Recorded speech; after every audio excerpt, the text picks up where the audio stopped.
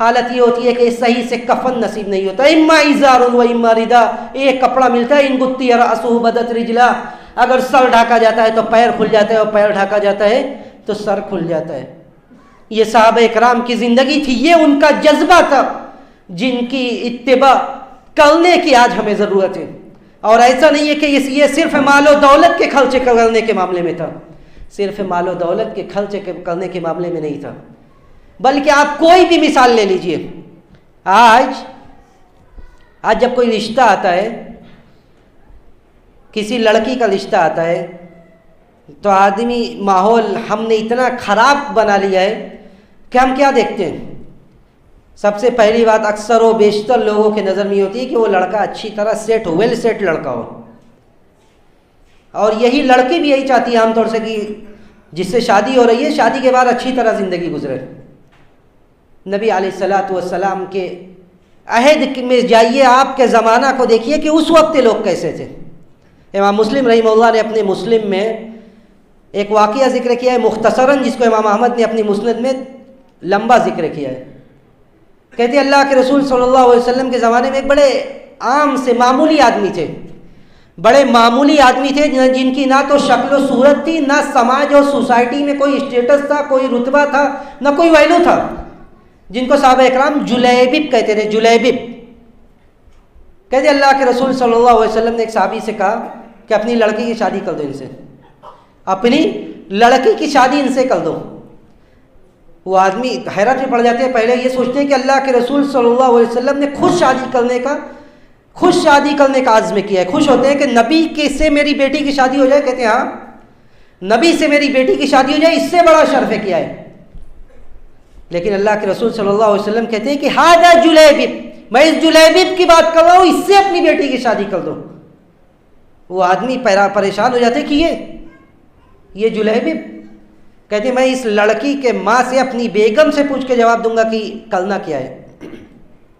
جاتے ہیں اپنی بیگم سے، جا کے کہتے ہیں کہ نبی علیہ السلام نے تمہارے بیٹی کے لیے، ہماری بیٹی کے لیے ایک رشتہ بھیجا ہے، ایک رشتہ بھیجا ہے۔ وہ عورت خوش ہوتی ہے کہ اللہ کے نبی نے رشتہ بھیجا ہے، ضرور اچھا رشتہ بھیجا ہوگا۔ اللہ کے رسول صلی اللہ علیہ وسلم نے رشتہ بھیجا ہے تو اچھا آدمی دیکھ کر بھیجا ہوگا میری بیٹی کے لیے۔ کہتی کون ہے؟ وہ عورت پوچھتی ہے اس کی ماں کی کون آدمی، کس کا رشتہ میری بیٹی سے بھیجا ہے؟ وہ آدمی کہتے ہیں کہ جلیبب۔ نام سنتے ہی اس عورت کا پارا 7ویں آسمان پر چڑھ جاتا ہے۔ کہتی ہے اہذا جلیبب، اہذا جلیبب، یہ جلیبب، یہ جلیبب۔ یعنی اشارہ یہ ہوتا ہے کہ یہ آدمی نہ تو اس کے پاس، یعنی یہ آدمی نہ تو جن کے پاس شکل و صورت تھی، نہ سماج میں کوئی رتبہ تھا، نہ مال و دولت تھی، اس آدمی سے وہ اپنی بیٹی کی شادی کر دیں۔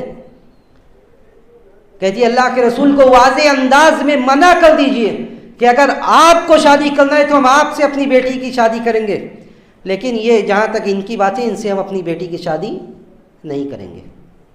سارا معاملہ ہوتا ہے وہ لڑکی جو پردے کے پیچھے سے آواز سن رہی ہوتی ہے، سارا ماجرا سن رہی ہوتی ہے کہ نبی علیہ السلام نے میرے لیے ایک رشتہ بھیجا ہے، اور یہ رشتہ بھیجنے والے خود نبی کریم صلی اللہ علیہ وسلم کی ذات مبارکہ ہے، جو اپنے کسی صحابی سے رشتہ بھیج رہے ہیں۔ اپنی ماں سے مخاطب ہوتی ہے اور کہتی ہے کہ معاملہ کیا ہے؟ ماں کہتی ہے کہ نبی علیہ السلام نے رشتہ بھیجا ہے تمہارے لیے، لیکن وہ رشتہ کون ہے؟ وہ اس آدمی سے۔ وہ عورت کہتی ہے، وہ لڑکی کہتی ہے کہ اتردون عمل رسول اللہ صلی اللہ علیہ وسلم، کہ نبی علیہ السلام نے رشتہ بھیجا ہے تو کیا آپ لوگ اس رشتے کو ٹھکراؤ گے؟ آپ لوگ اس رشتے کو ٹھکراؤ گے؟ وہ لڑکی کہتی ہے کہ نبی نے جب رشتہ بھیجا ہے تو ہم اس سے شادی کرنے کے لیے تیار ہیں۔ اللہ اکبر۔ یہ جذبہ تھا کہ نبی کے بات پر، نبی کی بات کو کاٹا نہیں جائے گا، چاہے ظاہری طور سے جتنا بھی یہ لگ رہا ہے کہ زندگی آگے اچھی نہیں گزرے گی، لیکن اس میدان میں ایسی برکت ہے۔ نبی علیہ السلام اس لڑکی کے جذبے کو سلام کرتے، اس کے لیے دعا کرتے اور کہتے ہیں کہ اللہم یا اللہ صب علیہ الخیر صبا ولا تجعل عیشھا کدا، کہ اللہ تو اس عورت پر، اس لڑکی پر خیر کی بارش کر دے، خیر کا دروازہ کھول دے، ولا تجعل عيشها كدا، اس کی زندگی کو کبھی بھی تنگ مت کرنا، کبھی بھی اسے تنگی اور مصیبت میں مت ڈالنا۔ بیان کرتے امام ذہبی کہ مدینہ میں اس سے زیادہ، اس عورت سے زیادہ خرچے کرنے والی کوئی عورت نہیں تھی۔ اللہ نے اتنا نوازا کہ وہ بڑھ چڑھ کر اللہ کے راستے میں خرچ کرتی تھی، اور اس سے زیادہ کوئی خرچ کرنے والا نہیں تھا۔ اور یہی جلیبیب جس کو کہا یہ جاتا تھا کہ احاذا جلیبیب، نبی علیہ الصلوۃ والسلام کے ساتھ جنگ کرتے ہیں، میدان کارزار میں ایک جنگ کے موقع پر شہادت مل جاتی ہے، ایک جنگ کے موقع پر شہادت مل جاتی ہے۔ نبی علیہ الصلوۃ والسلام صحابہ اکرام سے پوچھتے ہیں، کہتے ہیں کہ ذرا دیکھو کس کی موت ہوئی ہے، کون کون شہید ہوئے؟ لوگ بتلاتے ہیں کہ یہ شہید ہوئے ہیں۔ اللہ کے رسول پھر کہتے ہیں کہ دیکھو کون شہید ہوئے، پھر بیان کیا جاتا ہے کہ فلاں آدمی شہید ہوئے۔ اللہ کے رسول صلی اللہ علیہ وسلم کا اشارہ کچھ اور تھا، آپ کہتے ہیں دیکھو کون شہید ہوا ہے۔ صحابہ اکرام بتلاتے ہیں کہ یہ جلیبیب بھی شہید ہو گئے، یہ جلیبیب بھی شہید ہو گئے۔ اللہ کے رسول صلی اللہ علیہ وسلم کہتے ہیں کہ یہ قتل سبع ثم قتل۔ آپ یہ جملہ اپنی زبان مبارک سے 4 مرتبہ واضح کرتے ہو، کہتے ہیں کہ یہ دیکھو اس نے 7 آدمی کو مارا ہے، تم اسے معمولی سمجھتے تھے، اس نے 7 آدمی کو مارا ہے، 1 2 نہیں بلکہ 7 کو، ثم قتل، پھر شہید ہوئے۔ اس کے بعد صحابہ اکرام بیان کرتے ہیں کہ اللہ کے رسول صلی اللہ علیہ وسلم اس معمولی سے آدمی کو جسے شرف صحابیت نصیب تھی، اس حضرت جلیبیب رضی اللہ تعالیٰ عنہ کو اپنے بازو کا سہارا دیتے ہیں، بازو کا سہارا لے کر بیٹھ جاتے ہیں، آپ کی آنکھوں سے آنسو جاری ہے۔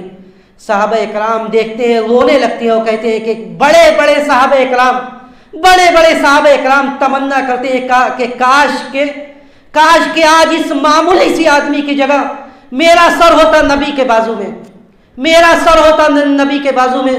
نبی علیہ الصلوۃ والسلام اپنے بازو کا سہارا دے کر حضرت جلیبیب کو بیٹھائے رہتے ہیں، یہاں تک کہ قبر کھودی جاتی ہے اور اس قبر میں آپ کو اتار دیا جاتا ہے۔ یہ جذبہ تھا، یہ اطاعت کا جذبہ تھا، اطاعت کو حاصل کرنے کا جذبہ تھا۔ اور یہ وہ لوگ تھے جن کے بارے میں اللہ رب العزت والجلال نے فرمایا انہم کانوا یسارعون فی الخیرات ویدعوننا رغبا ورہبا۔ یہی وہ لوگ ہیں، ایسے ہی وہ لوگ ہیں جو نیکی اور اطاعت کے کاموں میں بڑھ چڑھ کر حصہ لیتے تھے اور خوف کے ساتھ، امید کے ساتھ مجھے پکارتے تھے۔ اور یہ صرف صحابہ کی جماعت نہیں بلکہ تابعی بھی ایسے ہی تھے۔ حضرت عامر بن عبداللہ بن زبیر جن کے بعد میں اپنی بات ختم کروں گا، کہ حضرت عامر بن عبداللہ بن زبیر رضی اللہ تعالیٰ عنہ جو تابعی ہیں، جذبہ دیکھیے نیکی کرنے کا۔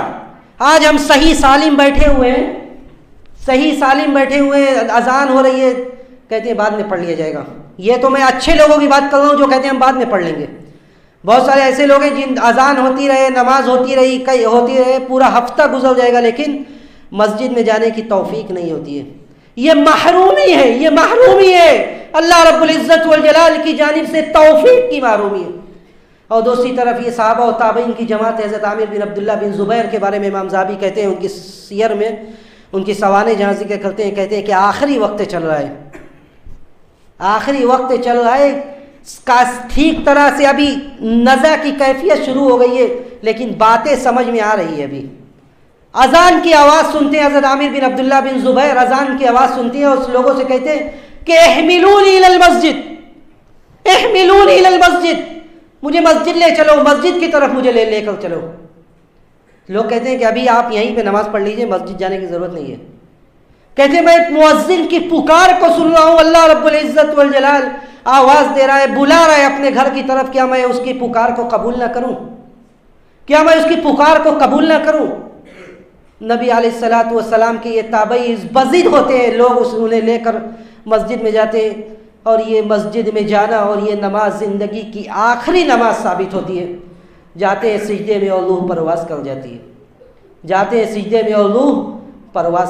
ہے، یہ نبی کے صحابہ تھے، یہ تابعین تھے، یہ وہ لوگ تھے جنہوں نے نیکی اور اطاعت کے معاملوں میں حصہ لیا، مسابقہ کیا، دوسرے کو پیچھے چھوڑنے کے لیے کوششیں کی۔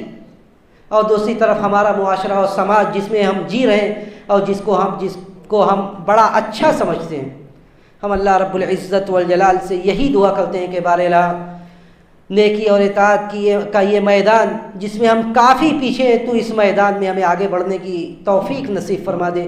بارہلا ہمارے دلوں کی اصلاح فرما دے، دلوں میں اپنی محبت پیدا کر دے، اپنے نبی کی محبت پیدا کر دے، اپنے دین کی محبت پیدا کر دے۔ ہمارا جب اس دنیا سے جانے کا وقت آئے تو آخری کلمہ لا الہ الا اللہ محمد رسول اللہ، ربنا تقبل منا انک انت السمیع العلیم وتب علینا انک انت التواب الرحیم، سبحان ربک رب العزۃ عما یصفون وسلام علی المرسلین والحمد للہ رب العالمین، والسلام علیکم ورحمۃ اللہ وبرکاتہ۔